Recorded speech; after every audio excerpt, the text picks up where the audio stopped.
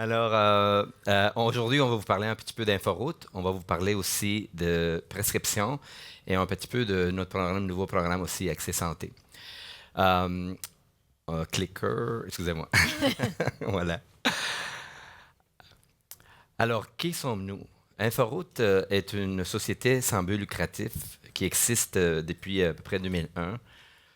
Les membres de la corporation sont les territoires et provinces canadiennes. Alors, on est public, mais on ne fait pas partie du gouvernement fédéral. On est financé par le gouvernement fédéral et on a été créé avec une mission de euh, accélérer, de promouvoir, de faciliter l'interopérabilité et essentiellement la création des actifs informatiques qui vont faciliter l'échange d'informations pour le bénéfice des patients et des intervenants de santé. Euh, nous, on est c'est un agent neutre. On travaille avec les secteurs privés, on travaille avec les secteurs publics. On a une longue histoire, pas juste au Québec, mais dans tous les pays, essentiellement canaliser des fonds publics, de travailler avec les provinces et territoires, travailler avec les partenaires dans le secteur privé pour mettre en place des solutions. Je vais vous en parler de quelques solutions dans quelques instants. Et là, on va parler un peu d'Inforoute aujourd'hui, mais je vous donne un petit peu l'historique pour vous donner du contexte. Donc, c'est peut-être la première fois que quelqu'un parmi vous connaît Inforoute, mais on est actif au Québec depuis longtemps et on a participé à beaucoup de projets d'informatisation de la santé au Québec. Alors, ça vous donne un petit peu les parcours d'Inforoute. Dans son première instance, dans les années 2006-2007, on était vraiment partenaire stratégique du ministère de la Santé. On a travaillé avec le ministère de la Santé pour financer des programmes comme les DSQ, les passages du film, essentiellement de l'analogique vers le numérique au niveau de la majorie médicale, donc la mise en place des PACS et des dépôts des images partout au Québec. La télésanté, on a financé plein de projets de télésanté au Québec, tous les projets pilotes et par la suite. On a financé, on a collaboré, on a travaillé étroitement avec le ministère de la Santé pour les programmes PQADME, donc pour l'informatisation des cabinets médicaux, c'est d'accélérer l'adoption des DME au Québec. On a financé Carnet Santé aussi, on a financé en partie Rendez-vous Santé Québec. Donc, on est présente depuis très longtemps dans le réseau, travaillant, comme je disais, en partenariat avec le ministère et les autres acteurs du réseau. Plus récemment, on a commencé à être de plus en plus actifs au niveau vraiment des solutions axées sur les patients. Donc, dès là, par exemple, notre participation au Québec dans le projet Carnet Santé et favoriser les échanges entre les provinces, les liaisons apprises pour essayer d'éviter de réinventer la rue dans une province ou dans une autre. Dans les 2 dernières années, on a allé un peu plus loin dans cette réflexion. Et on a aussi changé un peu notre modèle. Donc, comme je viens d'expliquer, les origines d'Inforoute, c'était plutôt comme une agence de financement, des gestions des programmes, développement des normes, encadrement. Et là, on a décidé, bon, quand on fait la réflexion, on a vu qu'il y avait beaucoup de réinventer les rues, la rue d'une province à l'autre. Et on a dit, bon, est-ce qu'il y a des problèmes qui sont communs à travers les provinces et territoires dans lesquels on pourrait travailler de façon plus active? Alors, pas juste simplement financer, de pouvoir un peu agir comme des experts ou essentiellement faire la vigie, mais vraiment d'implanter des solutions technologiques, pas pour remplacer ce qui existe, mais vraiment pour ajouter la valeur. Et dès là, les programmes où on est aujourd'hui, qu'on va vous parler, prescription en premier, on va se concentrer sur celui-là parce qu'il est beaucoup plus avancé. Et on va pouvoir parler vraiment des acquis, on va pouvoir vous démontrer un peu qu'est-ce que ça fait et comment ça fonctionne. Mais on a un autre programme, Accès Santé, sur lequel on travaille. On est un peu dans une étape préalable.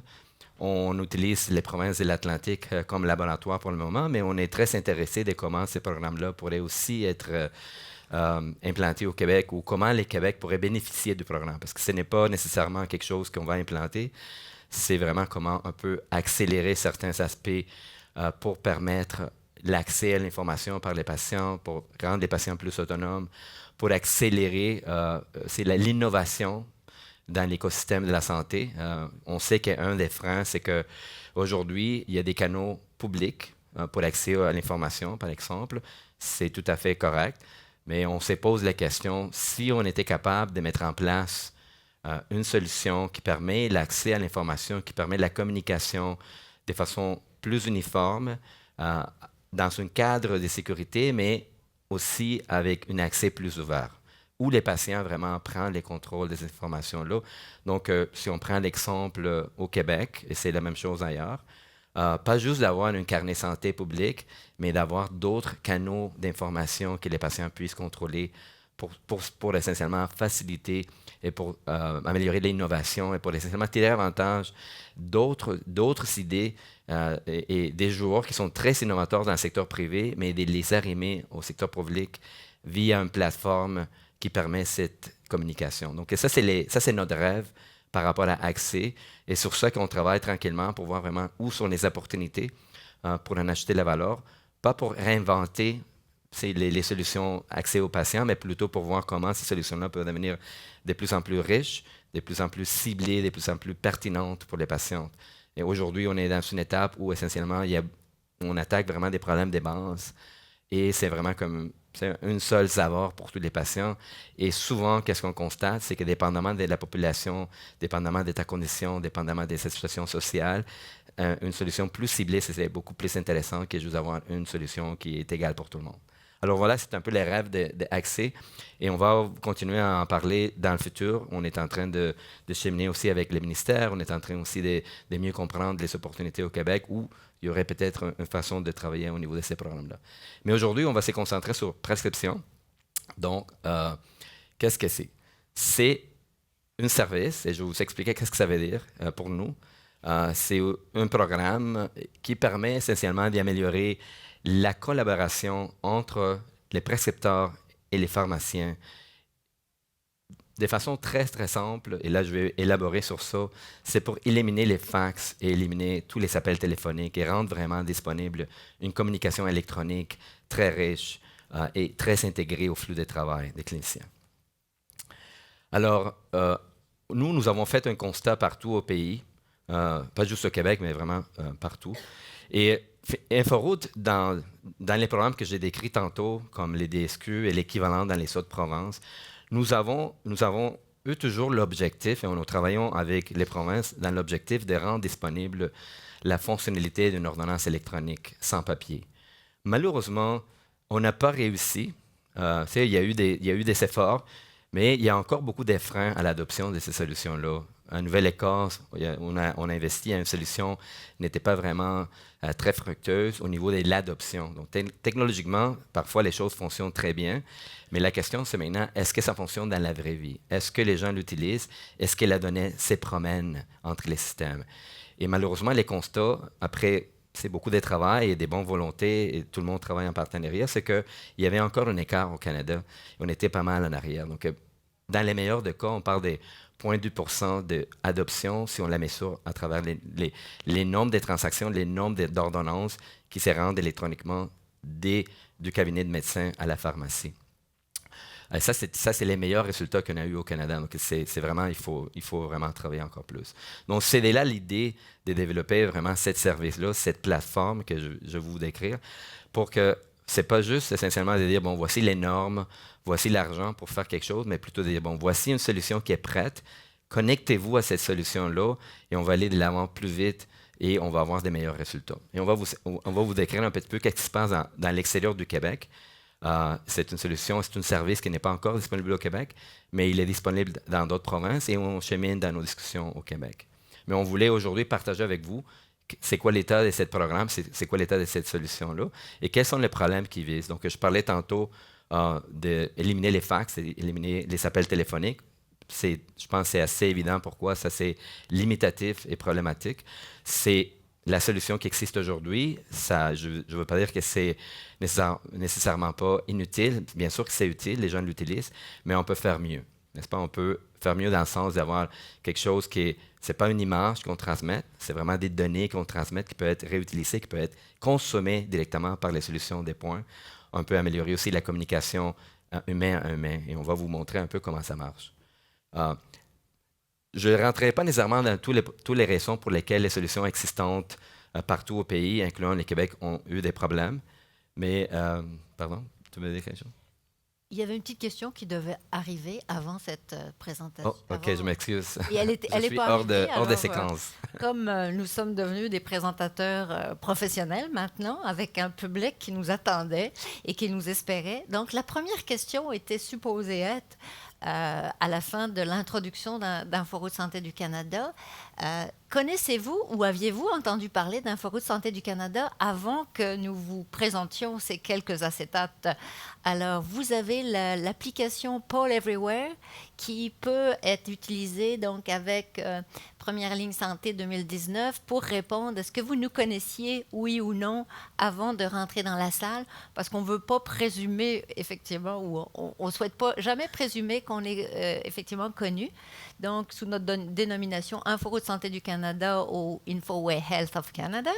Et donc, on a à peu près moitié-moitié, 60-40. Donc, là, évidemment, cette question-là devait survenir à la fin de l'introduction d'Inforoute. C'est pour ça que tantôt, vous m'avez vu C'est correct. regarder la régie en disant Oui, nous devions avoir une question. Alors, merci de votre échange. Donc, ce que j'en déduis, c'est que l'introduction était valide pour probablement la moitié de l'auditoire. Mais sachant que les gens qui nous connaissent aussi depuis longtemps, et Dieu sait qu'Alvaro et moi, ça fait plus de 10 ans qu'on est chez Info Santé du Canada, nous sommes effectivement, comme il le mentionnait, réinventés dans les 2 dernières années sur notre mission. Pas uniquement un investisseur stratégique, mais aussi un procureur de service. Alors, je te redonne la parole, Alvaro. C'est ça. Donc, Myriam va me tenir vraiment sur le plan. Alors, je continue. Peut-être... voilà, on va continuer ici. Donc, qu'est-ce que c'est prescription? Alors, comme j'expliquais tantôt, c'est un service. On va vous expliquer dans quelle façon. C'est une plateforme technologique et on peut la concevoir comme une passerelle, n'est-ce pas, qui permet cette communication sans papier, de façon efficace, entre les outils du médecin et les outils qui sont utilisés à la pharmacie. Ce n'est pas un applicatif.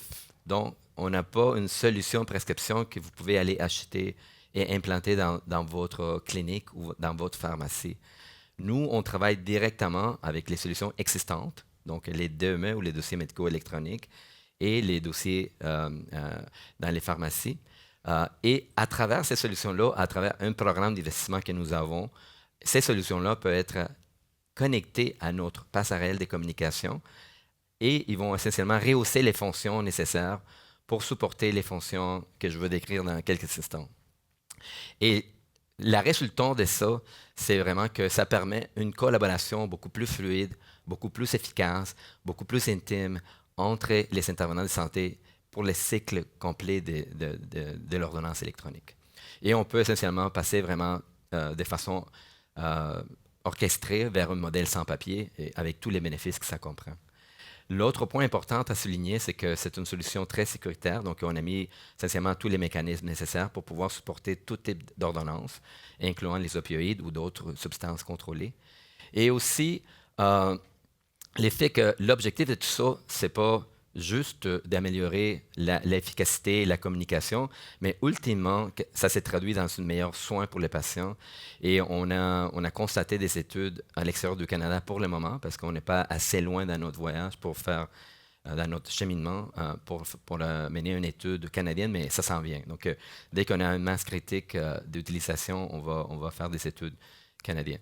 Comme j'expliquais tantôt aussi, on est présente dans d'autres provinces. On est présente en Ontario, à Alberta, Saskatchewan, Nouveau-Brunswick, bientôt à Terre-Neuve et à Nouvelle-Écosse. Donc, de plus en plus, on fait les mêmes travaux qu'on fait aujourd'hui. On les fait au niveau public, on les fait au niveau des intervenants de la santé, on les fait au niveau du ministère et on essaie essentiellement d'avoir vraiment l'adhésion de toutes les instances avant de lancer les services dans une province quelconque.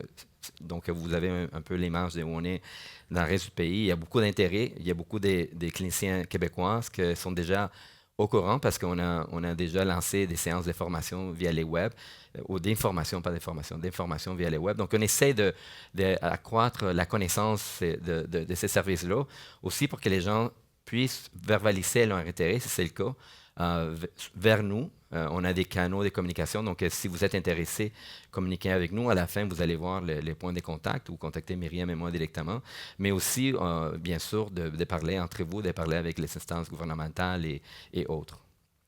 Je pense que j'ai tout couvert, là, Myriam. Est-ce que j'ai oublié quelque chose? Voilà.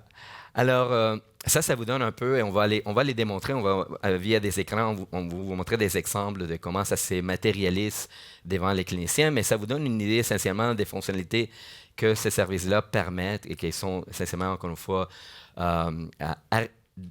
disponibles à l'intérieur de vos outils de travail. Donc, il n'y en a pas un écran qu'il faut sortir sur un portail, il n'y en a pas un écran d'infraroute là, à quelque part.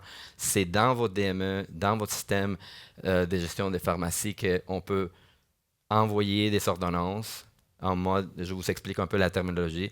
En mode différé, c'est comme aujourd'hui, ça existe à travers les DSQ, là, qu'on l'envoie dans le nuage d'une certaine façon et après ça, la pharmacie est capable de la récupérer. Ça, c'est un modèle. L'autre modèle, c'est qu'avec les consentements du patient, basés sur les choix du patient, les cliniciens peuvent envoyer l'ordonnance directement à la pharmacie du choix du patient. Et ça, c'est un principe très important. Nous avons vraiment deux principes de base. Un, c'est ça, c'est de respecter les choix du patient. Et l'autre, c'est de maximiser, d'optimiser la convivialité et la productivité des intervenants cliniques. Donc, il faut vraiment que ça s'arrime avec votre flux de travail et pas vraiment avoir des freins à l'adoption. Ensuite, il y a évidemment la création de l'ordonnance.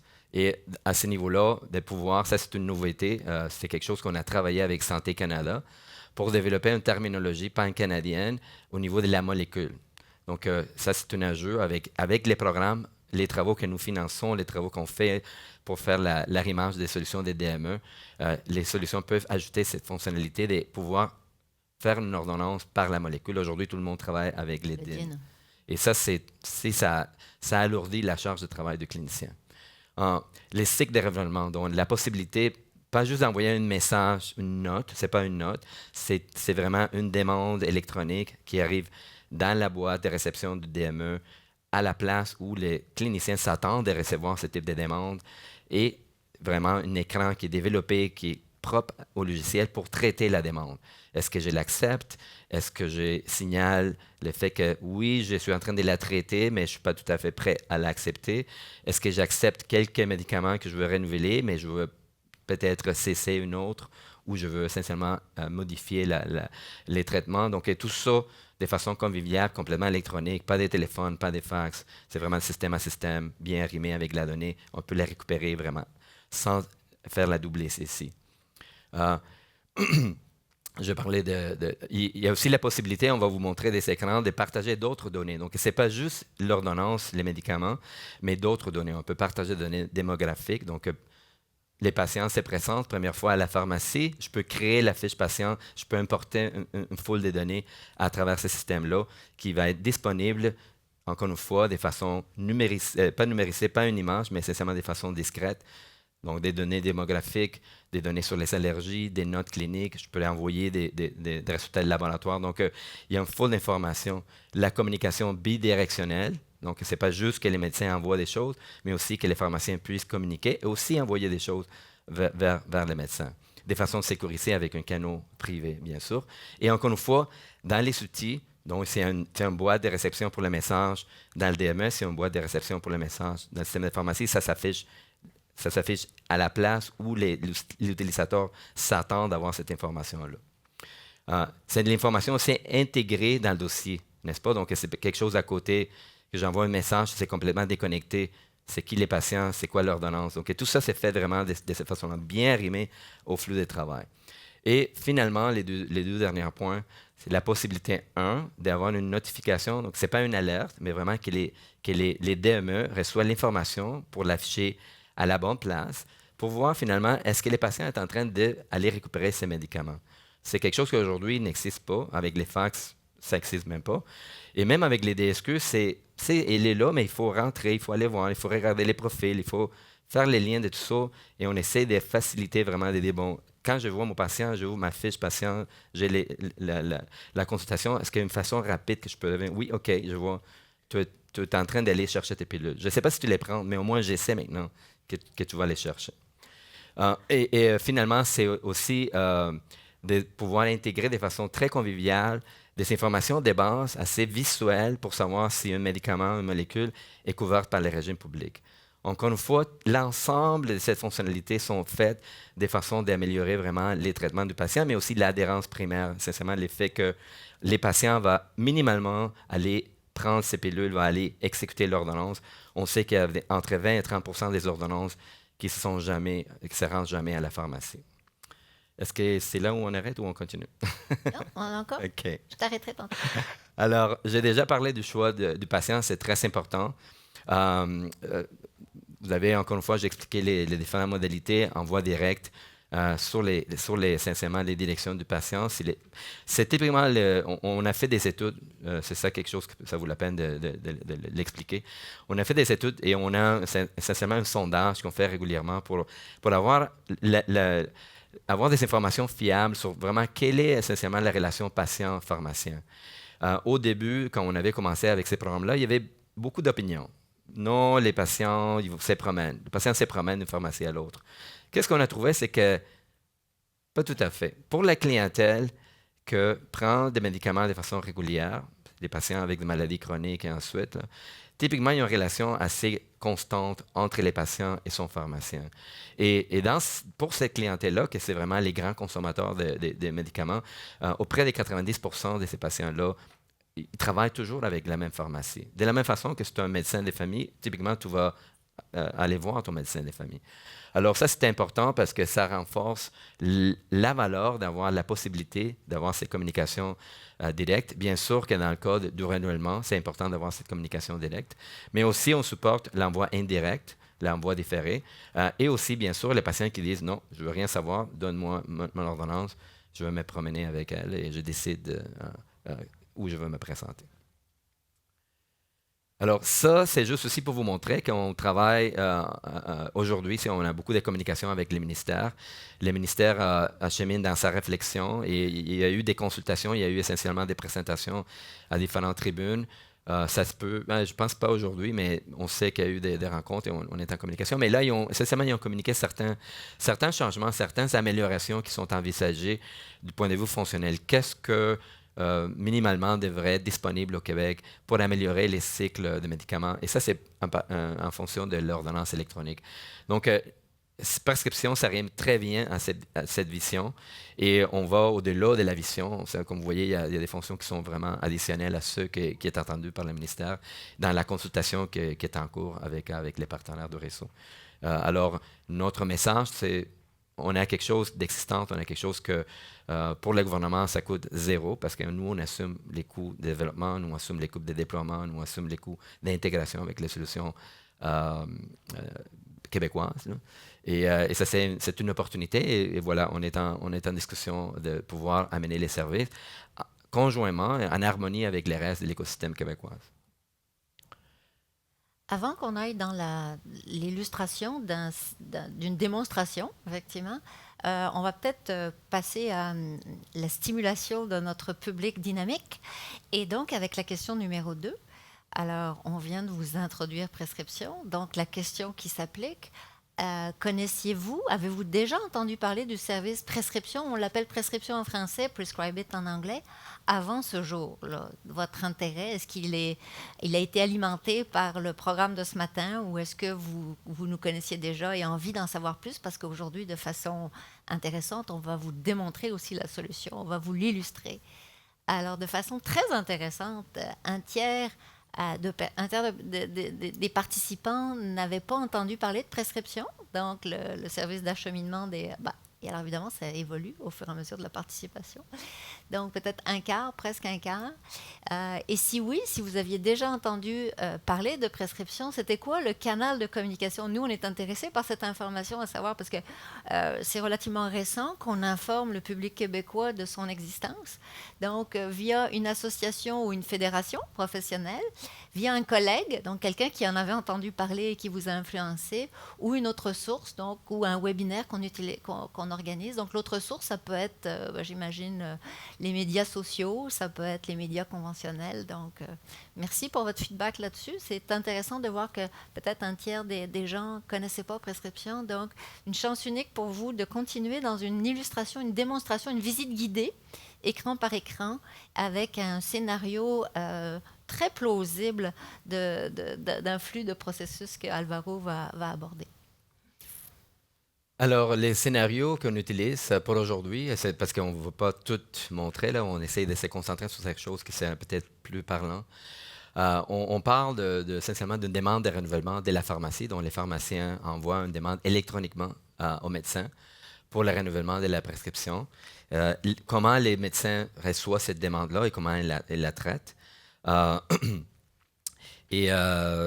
et après ça, comment, mettons, si c'est soit un changement de thérapie ou une nouvelle ordonnance, comment les médecins font ça à travers des exemples et essentiellement comment ils peuvent communiquer de façon électronique, sécurisée et s'échanger d'informations ensuite. Alors voilà, une chose à clarifier, c'est que les exemples que vous allez voir, c'est des solutions existantes à l'extérieur du Québec. Comment chaque fournisseur développe ses écrans, ça les appartient. Donc, nous, on a un processus d'homologation, un processus qu'on appelle de conformité. On a, bien sûr, un focus sur la convivialité et sur le flux de travail, mais au bout des pistes, on reconnaît que chaque fournisseur a sa clientèle et a aussi une vision de son logiciel. Alors, les exemples qu'on montre, ce n'est pas comme ça exactement à chaque logiciel implante, mais c'est une illustration de comment un des logiciels et comment essentiellement il essaie d'innover. Donc, c'est un point une question qu'on reçoit souvent. Est-ce que sincèrement on est en train de dicter ou on est en train de limiter les choix ou on est en train de limiter l'innovation? Ce n'est pas du tout le cas. On essaie de rendre disponibles les fonctions, l'information et après que chaque fournisseur avec sa clientèle essentiellement offre la meilleure expérience à ses utilisateurs. Alors, ces exemples-là sont avec des solutions en Ontario. Alors ici, on est dans un système de pharmacie typique, de gestion des pharmacies typiques, et vous voyez, on a ajouté une fonction, donc les fournisseurs travaillant avec InfoRoute, ils ont ajouté une fonction de dire, bon, je veux créer une demande de renouvellement, et il est capable essentiellement de, excusez-moi, je l'ai trop vite, sélectionner essentiellement quel médicament veulent renouveler et ensuite les sélectionner. Ensuite, ils peuvent spécifier un raison pour le renouvellement. Alors, tout ça, c'est des écrans qui sont développés à l'intérieur du SIP, du système d'information de pharmacie. On peut indiquer l'urgence, par exemple. Ça, c'est très aidant pour les médecins de l'autre côté parce que ça permet de trier l'information et savoir finalement qu'est-ce qui est plus important. Il peut aussi acheminer l'information indépendamment. Donc, il peut l'envoyer directement au médecin et si les médecins travaillent, mettons, dans un seul lieu, dans une seule clinique, l'envoyer à cette clinique-là. Ou si, pour une raison quelconque, il y a l'information que les médecins travaillent en plusieurs endroits, il y a l'option aussi d'acheminer l'information au bon endroit. Ils peuvent, comme vous voyez, comme vous pouvez voir, il y a l'option de message à côté. Donc, ils peuvent aussi communiquer directement de cet écran-là pour avoir des échanges pour accompagner essentiellement la demande en telle, qui est vraiment une demande électronique. Encore une fois, ici, ce n'est pas un texto qui envoie pour dire « s'il vous plaît, renouvelez les médicaments de Madame X », mais c'est vraiment envoyer la donnée. Voici ces médicaments-là ou sa liste de médicaments-là. Il les envoie électroniquement et se rendent de l'autre côté de cette façon-là. Alors, l'autre chose, c'est qu'aujourd'hui, quand on travaille au téléphone, au fax, on envoie une demande et on ne sait pas ce qui se passe avec elle. Avec la passerelle et avec essentiellement les fonctions qui sont disponibles à travers cette passerelle-là, on est capable de savoir les statuts de ma demande. Donc, ce n'est pas juste d'envoyer l'information, mais aussi savoir finalement est-ce qu'elle s'est rendue et quel est l'état de cette demande-là, parce que c'est des fonctions que vous allez voir de l'autre côté aussi. Alors, ça, c'est très aidant pour les intervenants du côté de la pharmacie, bien sûr, qui est aussi du côté du médecin. Et encore une fois, ça, c'est la façon comme dans cette solution particulière, qui est Crawl, comment ça s'affiche dans cette solution, comment la solution consomme les informations qui sont fournies par nos services. Alors, du côté du prescripteur, je continue? OK, merci. C'est elle la boss. Alors ici, je montre rapidement l'effet que, typiquement, ce n'est pas au moment du renouvellement, mais je les montre ici juste pour prendre avantage. C'est qu'il y a la fonction, la capacité essentiellement de se connecter à prescription. Typiquement, les médecins vont le faire les matins, donc quand ils commencent sa session de travail. Et là, on a essentiellement l'authentification à 2 facteurs pour améliorer évidemment la sécurité du système. Donc, ce n'est pas juste une code d'utilisateur en mot de passe, mais aussi une code personnalisée qui est envoyée au téléphone. Il y a un processus d'enregistrement pour les utilisateurs. Donc, toute cette information-là, on l'obtient au moment de l'enregistrement du clinicien dans le service. Alors, là, on est rendu vraiment à la réception de la demande. Alors, excuse-moi, je vais en profiter. Petite question. A-t-on des pharmaciens dans la salle? J'en ai reconnu certains. Des médecins dans la salle? Parce que vous allez voir, on va tantôt être un prescripteur, puis je ne devrais pas dire médecin, un prescripteur ou tantôt un pharmacien qui peuvent aussi évidemment prescrire. Mais je veux dire, donc, on va alterner dans les écrans, donc juste rester avec nous. Donc, tantôt, on est sur une solution de DME, tantôt, on est sur une solution d'officine. Et donc, on va se promener avec des interfaces qui peuvent nous bouleverser. Donc, restez avec nous, mais on va adresser vos perspectives respectives. Et ça, évidemment, c'est votre perspective. C'est du côté vraiment prescripteur. Donc, qu'est-ce que vous recevez? Et encore une fois, dans cette solution particulière, c'est dans la boîte de réception des messages. Il y a des logiciels qui travaillent plus avec une liste des tâches, n'est-ce pas, une work list. Là. Donc, dépendamment du logiciel, ça rentre essentiellement à la place que l'intervenant s'attend à recevoir ce genre de demande. Et comme vous voyez, l'information maintenant est là, elle est réutilisable. Et j'ai l'option, évidemment, attachée à une ordonnance, attachée à un patient donné, que les deux systèmes reconnaissent les mêmes patients. Et je peux essentiellement agir en conséquence. Donc ici, par exemple, j'ai l'option de renouveler, d'accepter la demande, okay? Ou j'ai l'option essentiellement de la décliner, ou j'ai l'option aussi de dire que je suis en train de la traiter, donc une étape intérimaire. Ça veut dire, je ne suis pas prêt à l'accepter telle qu'elle, j'ai besoin peut-être de consulter mon dossier, j'ai besoin peut-être de n'importe quoi, mais c'est dans une étape intérimaire. J'ai aussi l'option au moment de répondre, de simplement l'accepter telle qu'elle, ou je peux faire quelques ajustements dans la médication qui sont appropriés, comme par exemple changer la fréquence ou la dose. Donc, c'est toujours le même traitement, mais il y a des petits ajustements. Et à ce moment-là aussi, je peux évidemment ajouter des notes, des commentaires, partager des informations ou même simplement basculer sur la fonctionnalité que Myriam va vous montrer tantôt de la communication clinique. Donc ici, c'est juste vraiment les écrans des renouvellements, de réception des renouvellements et des réponses, mais il y a aussi une fonction des communications humain à humain, et ça aussi, ça peut être activé à ce moment-ci, mais c'est Myriam qui va vous présenter ces écrans-là. Et simplement l'envoyer de façon électronique, comme j'ai expliqué tantôt, avec ça peut être des instructions, des commentaires, please, s'il vous plaît, demandez au patient de booker un rendez-vous. Ça peut être simplement un renouvellement pour les dépanner, parce que part en voyage ou quoi que ce soit, ou d'autres instructions, simplement des informations. Vous allez voir cet écran-là aussi. Alors, j'ai la possibilité simplement de faire e-sign and send. Et comme vous voyez, j'ai essentiellement automatiquement, si la pharmacie parce que c'est elle qui a envoyé, bien sûr, la demande. Là, essentiellement, on voit la communication qui est électronique, essentiellement où j'envoie l'information et je l'envoie. Comme j'avais expliqué tantôt, on a essentiellement l'effet que l'information maintenant fait partie du dossier du patient. Donc, cette information-là devient maintenant documentée dans le dossier patient et aussi essentiellement quel est le statut pour faire les suivis par la suite. Alors, je vais passer la parole à Myriam à ce stade, n'est-ce pas? C'est intéressant, on l'avait divisé différemment. Ah, OK. C'est correct. Non, c'est vrai, j'oublie la réception par la pharmacie, je m'excuse. Je pensais que... Donc, ici, c'est simplement comment ça arrive à la pharmacie. Je m'excuse que je regarde toujours à l'arrière, je l'ai ici, mais j'oublie. Mais c'est simplement comme ça rentre, encore une fois, dans la liste de travail de la pharmacie, comme c'est entendu par la pharmacienne, dans sa liste de travail, c'est une ordonnance qui est arrivée par un moyen électronique, et là, je suis capable de la traiter de la façon régulière. Donc, à gauche, vous avez essentiellement l'information qui rentre, et à droite, vous avez essentiellement la dispensation. C'est l'écran de dispensation du pharmacien, comme d'habitude. Et là, là c'est Myriam. Oui, voilà, des questions. C'est correct si on prend des questions au milieu de la présentation, j'imagine. J'essaie de répondre à la régie. Il nous reste 10 minutes.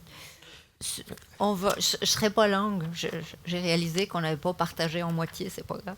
Alors, on a une question à ce stade-ci? Non, pas encore. Alors, donc, je vais probablement aller plus vite, évidemment, puisque donc, vous avez compris le flow relativement itératif et cette boucle de communication potentielle dans le cycle d'un renouvellement. Moi, ce que je vais illustrer, c'est quelque chose de relativement similaire dans le flux. Simplement, je vais avoir une transmission, donc un prescripteur qui va transmettre une ordonnance, qui va créer et transmettre son ordonnance électronique créée, et non plus dans un cycle de renouvellement. Donc, on va avoir évidemment une pharmacie qui la réceptionne et qui utilise la fonction de communication dans des échanges effectivement cliniques d'interrogation, de préoccupation et de retour de la part du clinicien. Alors, donc, un peu dans la même logique que tantôt. Donc, l'ordonnance est évidemment rédigée et transmise à la pharmacie choisie par le patient. Donc, je réitère un petit peu les thèmes dont on a parlé tantôt. Donc, la pharmacie a été initiée par le patient. Le médecin, le prescripteur, ça peut être l'infirmière praticienne, donc vient définir l'ordonnance, va l'envoyer, soit, comme on le mentionnait tantôt, on doit avoir probablement un illustrateur, là. Ah oui, c'est ça. Donc ici, effectivement, différents modes de communication. Il faut aussi qu'on supporte, évidemment, la période de transition où tout le monde ne sera pas nécessairement sur prescription en même temps, ce qui est le cas dans les autres provinces. On a encore certaines pharmacies qui ne sont pas nécessairement avec prescription. Donc, cet envoi, effectivement, de l'ordonnance par voie électronique dans ce cas-là, puisqu'on va illustrer, évidemment, la solution prescription.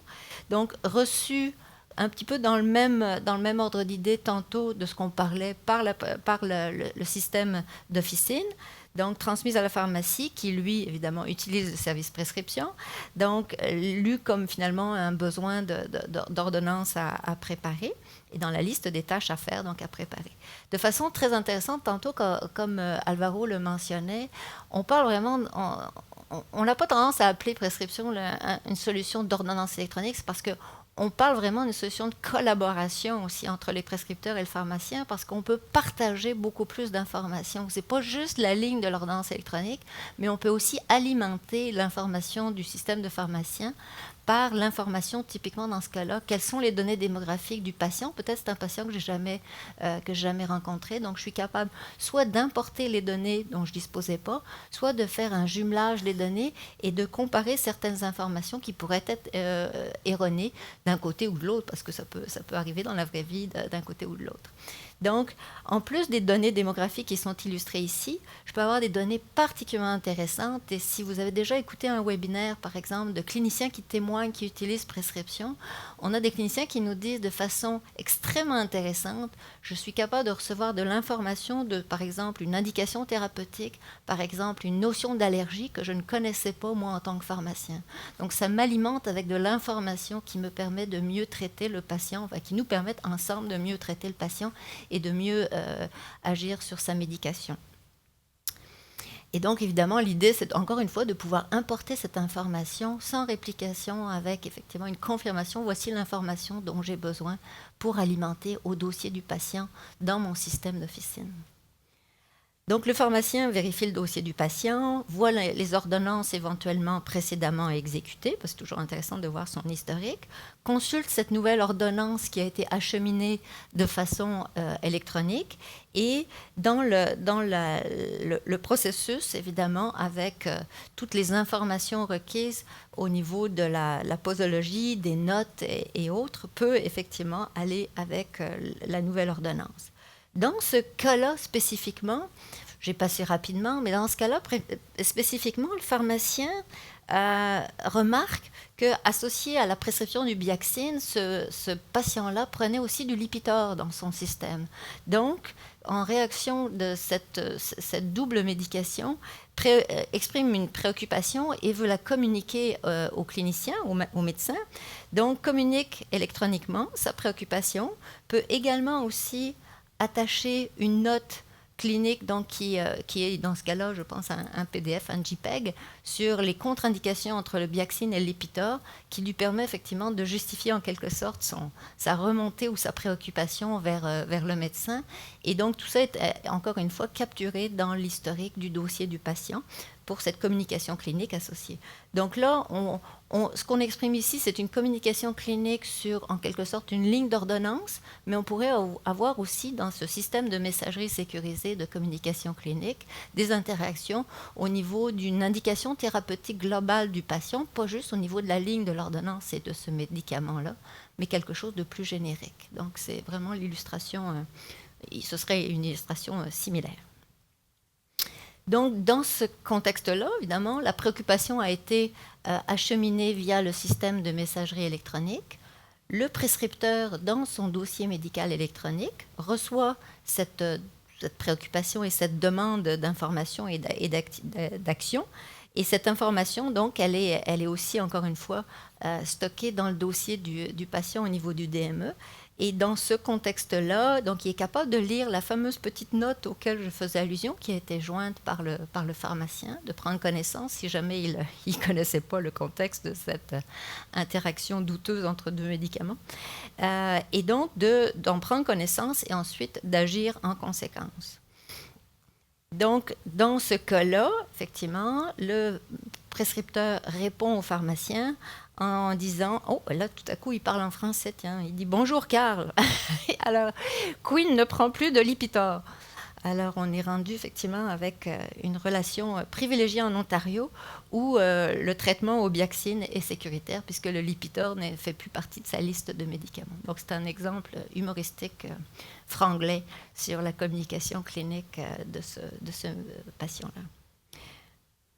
Donc, de façon aussi importante, tantôt Alvaro y a fait allusion, c'est en quelque sorte la notification, l'avis de l'exécution d'une ordonnance.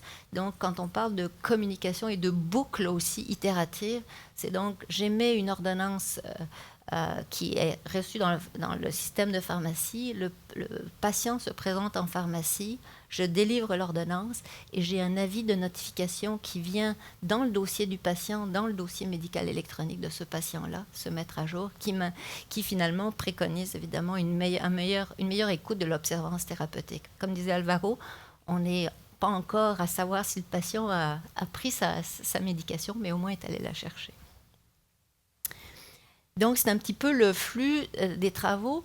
Je pense, rendu à ce stade-là, ce que vous pouvez mieux comprendre, c'est vraiment la compréhension que le service prescription est en quelque sorte sous-jacent derrière chacune des solutions dans le flux intégré de travail du prescripteur dans son dossier médical électronique et du pharmacien dans sa solution d'officine, et que c'est en quelque sorte relativement en ombrage ou en acheminement et avec effectivement cette notion de messagerie.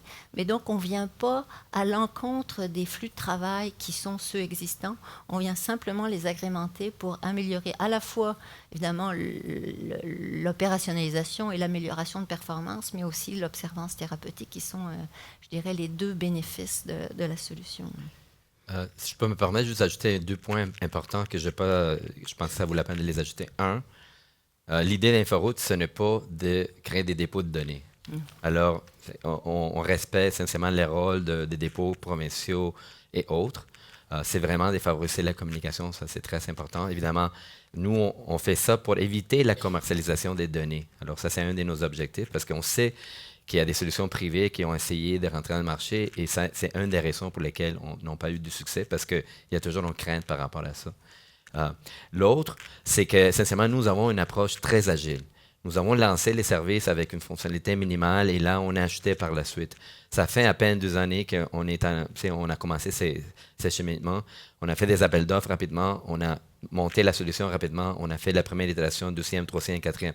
Donc, on est vraiment dans une mode très différente et la façon comme peut-être vous êtes habitué à avoir un peu un acteur public ou parapublic. Encore une fois, on fait partie du gouvernement, mais on a un mandat d'accélérer et de promouvoir. Et ça, c'est une des façons. Et c'est ça, un peu les modèles qu'on essaie de préconiser. Donc, de mettre en place vraiment les normes en opération de façon tangible. On a des exemples des solutions qui sont homologuées en Ontario, boum, sont disponibles dans une autre province demain matin, parce qu'ils sont déjà connectés, et vice-versa. Donc, on travaille à Nouveau-Brunswick, c'est la même solution qu'à BC. Donc, c'est ça qu'on essaie de favoriser aussi, d'accélérer, d'enlever des freins pour les secteurs privés, mais toujours en sécurité, avec c'est un cadre qui est responsable, mais un cadre qui est très agile. Donc, en conclusion de mon flux de travail, je vais simplement illustrer quelque chose qui a été mentionné, qui est la transmission différée. Donc, où j'en vais pas directement, mais je ne sais pas où je vais aller chercher cette prescription-là, que ce soit dans un mode de transition avant que le service arrive, parce que la pharmacie n'est pas équipée avec prescription, par exemple, ou parce que réellement, en tant que patient, je ne sais pas où je vais aller la chercher, cette prescription-là. Donc, dans ce contexte-là, lorsque ce que je viens d'écrire est écrit ici, si le patient ne sait pas où il veut aller ou si, effectivement, cette copie de l'ordonnance-là va pouvoir quand même être émise avec un identifiant unique, donc idéalement récupérable sous un code unique. Donc, dans ce cas-là, il y a d'une part un code à barre. Oups, il faut que je m'attelle pas là. Soit un code à barre, soit un code spécifique unique de 12 caractères, si ma mémoire est exacte, et qui va quand même permettre, je dirais, un minimum d'optimisation sur la récupération de l'information, avec encore une fois, je dirais, la récupération de toutes les données granulaires, qui font que ça va encore demeurer plus intéressant de la récupérer plutôt que de la ressaisir, parce que c'est ça qu'on cherche à évidemment faciliter avec la transmission électronique de la donnée granulaire. Donc là, si je n'ai pas un lecteur de code à barre, je vais saisir les fameux 12 caractères auxquels je faisais allusion, qui identifient de façon unique la prescription qui est de nature papier, mais quand même relativement facilitée par ce processus-là. Et donc la récupération s'effectuerait comme une liste naturelle, voilà, et elle serait capturée au même titre dans le dossier du patient, comme évidemment, comme tout acte doit être compilé pour respecter les standards de pratique. Donc c'est un petit peu une illustration pour nous de à quoi ça ressemble le service de prescription. Et si on est là aujourd'hui ensemble avec Alvaro qui a une vision effectivement pan-canadienne, c'est de vous montrer que le momentum se poursuit à travers le pays. Donc, Alvaro l'a mentionné, plusieurs provinces qui se sont déjà prévalues de ce service. Évidemment, quand on dit les provinces se prévalent, c'est des pharmacies, des pharmaciens et des médecins qui se mobilisent. On vous encourage à supporter votre intérêt, votre curiosité, votre appétit. Et donc, au jour d'aujourd'hui, de façon intéressante, 1900 pharmacies déjà inscrites à ce service-là. Pour donner une comparaison, au Québec, on a à peu près 1900 pharmacies. Donc, ce n'est pas négligeable. On a travaillé fort, comme Alvaro mentionnait. Il y a un an, on était à peu près à 22 pharmacies au début de l'été 2018. Donc, on progresse. Pour nous, évidemment, on est intéressé à procurer et à proposer ce service-là et à recevoir votre feedback en tant que prescripteur ou en tant que pharmacien, incluant les infirmières praticiennes également, parce que quand on dit prescripteur, on n'est pas, évidemment, on limite pas aux médecins. Mais voilà un petit peu la nature du momentum qu'on représente aujourd'hui. Donc, pourquoi, évidemment, pourquoi ce service-là? Je dirais, on a quand même, comme en résumé de l'introduction initiale d'Alvaro, l'indépendance. On est d'une neutralité complète, à la fois au niveau des fournisseurs, on est un organisme à but non lucratif. Donc, l'intérêt, c'est de mieux servir les patients et d'améliorer, évidemment, la santé de l'ensemble des citoyens au Canada. Et puis, encore une fois, tantôt je l'ai dit, on parle d'un service d'ordonnance électronique, mais nous, on préfère l'appeler un service de collaboration prescripteur-pharmacien. Puis je pense que c'est là où on parle beaucoup d'interdisciplinarité, on parle de collaboration. C'est un peu ce qu'on essaye d'illustrer. Et puis au niveau du Québec, une espèce de sensibilité, effectivement, que le choix dicté par le patient pour la pharmacie, c'est une préoccupation qu'on garde et qu'on illustre dans notre service pour supporter cet élément-là. Et c'est une feuille de route qui est en évolution. Si on a été capable de progresser dans les 12 derniers mois, imaginez ce qu'on pourrait faire dans les 12 prochains mois ensemble. Voilà. Alors, on vous encourage, prescription.ca. Il y a des onglets qui vous permettent effectivement de démontrer, de signifier votre intérêt en disant « oui, je veux en connaître plus, ça m'intéresse ». Donc nous, ça nous aide effectivement à recevoir je dirais vos curiosités, peut-être organiser des présentations de groupes, de régions, de GMF, Donc, on est à l'écoute et puis on est vraiment intéressé par... d'abord, je vais commencer par les questions que vous avez. Ouais.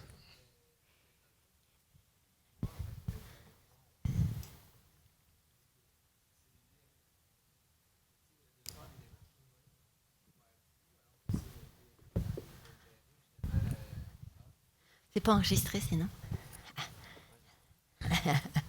Mais dans le fond, mon pouvoir à moi, tu sais, là, vous nous dites de porter un intérêt, de demander des présentations, mais c'est les DME qui font les démarches avec vous ou les pharmacies ou ceux qui ont le programme de pharmacie. En quoi nos démarches? C'est très Excellente important. question. C'est très Oui. important d'avoir vraiment cette information-là parce que d'un côté, ça nous indique vraiment essentiellement l'intérêt de la clientèle québécoise. C'est une information qui est utile pour nous dans nos conversations avec le gouvernement. C'est une information qui est utile dans nos conversations avec les fournisseurs. Les fournisseurs de DMS sont très intéressés, donc ça permet la rétroaction, n'est-ce pas, et ça permet la mobilisation. Et ça nous aide aussi dans la promotion de l'outil. Et par la suite, au moment qu'on a un accord avec les acteurs québécois, et j'inclus dans ça les collèges, l'ordre de pharmaciens, on est en communication avec eux, la FMEQ et ensuite. Alors, ça nous permet, dès qu'on est prêt à aller de l'avant, d'avoir vraiment un bassin des individus, n'est-ce pas, des cliniques qui disent, bon, écoute, moi, je suis intéressé, et là, on va pouvoir commencer à travailler plus dans ce mode de planification. Donc, c'est pour ça que ça nous aide énormément. Mais c'est une bonne question. Raymond? Oui, ça fonctionne. OK. En fait, le gros intérêt, je pense, c'est la communication pharmacien-prescripteur. Un point où est-ce que, quand c'est le renouvellement de prescription, je pense que ça peut être un gros plus pour le prescripteur. Mais j'avais la notion que pour un DME, pour un prescripteur dans un DME, il fallait que le système d'alerte soit là. Fait que je ne prescrirais pas le Biaxin si j'ai du Lipitor. J'aurais une alerte qui me le dit. Oui, vous avez tout à fait raison. C'est tellement un bon catch. Oui, c'est ça. On l'utilise simplement comme exemple parce que ça facilite, visuellement, c'est facile à l'expliquer, mais c'est peut-être pas le meilleur exemple parce que vous avez raison, la fonctionnalité existe au Québec. La vérité, c'est que dans les autres provinces, c'est peut-être pas aussi utilisé, l'aviseur thérapeutique. Donc, c'est pour ça qu'elle l'utilisait, mais si ça peut être des données des laboratoires, ça peut être toutes sortes de choses qui pourraient être échangées entre les deux. On utilisait cet exemple-là juste un peu pour les côtés visuels. L'illustration au Québec est moins pertinente, effectivement, Raymond, c'est très vrai. Où en est rendue la récupération de la médication du DSQ par le pharmacien? Parce que ce que je vois, c'est obligé dans un nouveau système de tout ressaisir les données, les prescriptions, tandis qu'il pourrait aller chercher dans le DSQ s'il était capable de récupérer les prescriptions. Oui. Alors, je vais juste expliquer rapidement un peu la relation entre les prescriptions, la relation potentielle entre les prescriptions et les DSQ.